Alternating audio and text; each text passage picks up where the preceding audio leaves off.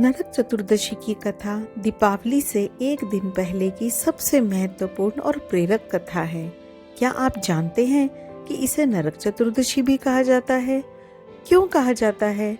क्योंकि जहां श्री कृष्ण ने नरकासुर नामक दैत्य का अंत करके सत्य और धर्म की विजय को स्थापित किया था, यह कहानी दीपावली से ठीक एक दिन पहले की है, जिसे छोटी दीपावली या नरक चतुर्दशी भी कहा जाता है।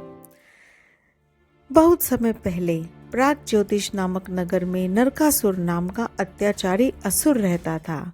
वह पृथ्वी की पुत्री भूदेवी और वराह अवतार भगवान विष्णु का पुत्र था। आरंभ में वह बहुत तेजस्वी और ज्ञानी था, लेकिन समय के साथ उसने अहंकार को पाल लिया, देवताओं की शक्तियों का दुरुपयोग करने लगा और सभी लोगों में उत्पात मचाने लगा। नरकासुर ने देवताओं से अमृत कलश भी छीन लिया, इंद्रलोक पर अधिकार कर लिया और 16,000 देव कन्याओं को कैद कर लिया। यहाँ तक कि उसने माता अदिति के कुंडल भी छीन लिए, जो स्वर्ग की शोभा माने जाते थे।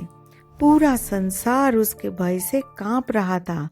देवताओं ने भगवान श्री कृष्ण से विनती की, हे माधव, आप ही इस अत्याचारी से हमें मुक्त करा सकते हैं। सत्यभामा ने भी कुछ संकल्प लिया। सत्यभामा जो श्री कृष्ण की पत्नी थी।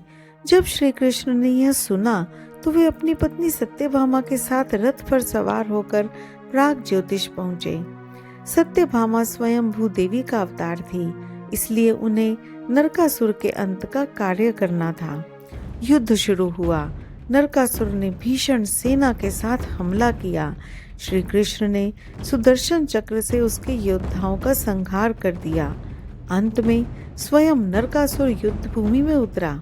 उसने शक्तिशाली अस्त्र चलाए, पर श्री कृष्ण के आगे टिक न सका।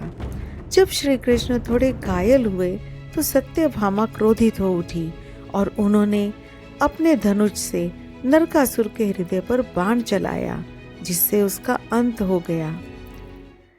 मरते समय नरकासुर ने कहा, हे प्रभु, मेरी मृत्यु के बाद लोग इस दिन दीप जलाकर मेरा स्मरण करें, ताकि मेरा उद्धार हो जाए।